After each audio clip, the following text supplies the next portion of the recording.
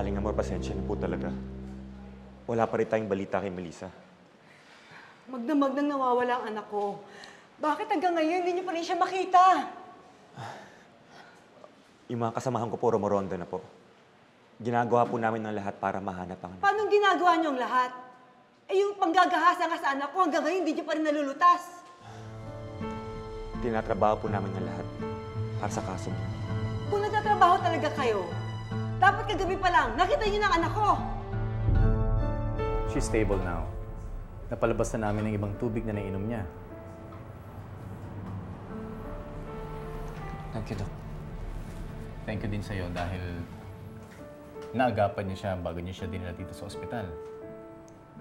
At isa pa, pinadali niyo ang pagsagip namin sa iyong asawa. Tama na mo yan. Kagabi pa ho kayo walang tulog, oh. Hindi tayo. Ami, paano ako makapagpahinga? Hanggat di nakikita ang kaibigan mo, hindi ako makatulog. Di ako makapagpahinga.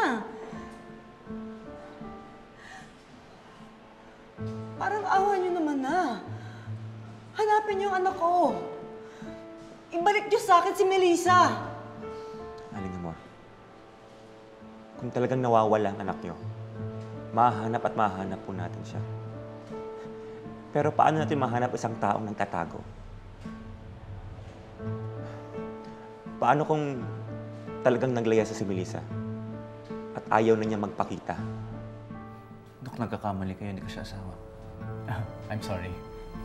Nakita ko siya kasing naka-wedding gown, kaya nasabi kong asawa mo siya. Kaano-ano mo bang pasyente? Actually, Dok, di kami magkakilala eh. Nagkataon lang na nandun ako nung tumalon siya sa tulay. Ganun ba? Bakit kaya gusto niya magpakamatay? Kawawa naman siya, no?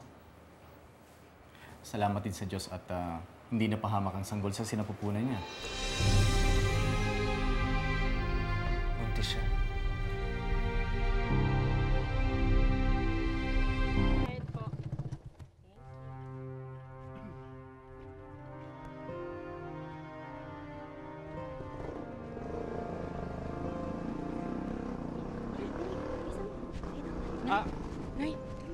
Ma'am, kunting katanungan lang po tungkol sa anak ninyo. Tungkol po ma'am, kay Melissa, ma'am. Tungkol kay Melissa, ma'am. Nahanap niyo na po ba si Melissa, ma'am? May balita na po ba kayo sa kanya? Hello, di ba? Kung nakita na namin di kasama na namin siya ngayon, hindi kayo nag-iisip ha. Lumayas na kayo dito! Pwede ho bang sagutin niyo muna kami? Bakit ho biglang umatras si Konsehal sa kasal ng anak ninyo? Bakit ba ayaw niya kaming tantanan? Wala na kaming connection sa pamilya ni Mayor. Iniwan na ng anak niya ang anak ko, kaya pwede ba? Umalis na kayo!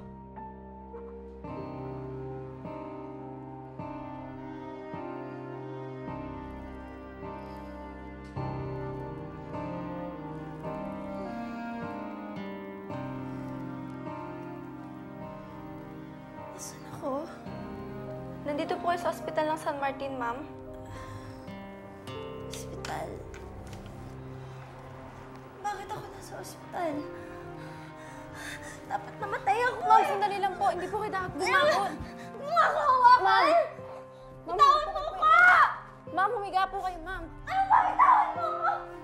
Ma'am, humiga po kayo. Bitawan mo ko! Ma'am. Ang sabihin niyo, itinatago niyo lang ho si Melissa. Bakit hindi ninyo ilabas ang anak ninyo nang makausap namin siya? Nawawala na nga ang anak ko, sarili niyo pa rin iniisip niyo? Ha? Lumayas kayo rito! Pero ma'am, alam niyo ba? Kaya nawawala ang anak ko, hindi lang dahil kayo narito! Dahil sa inyo! Lumayas kayo rito! Lumayas kayo!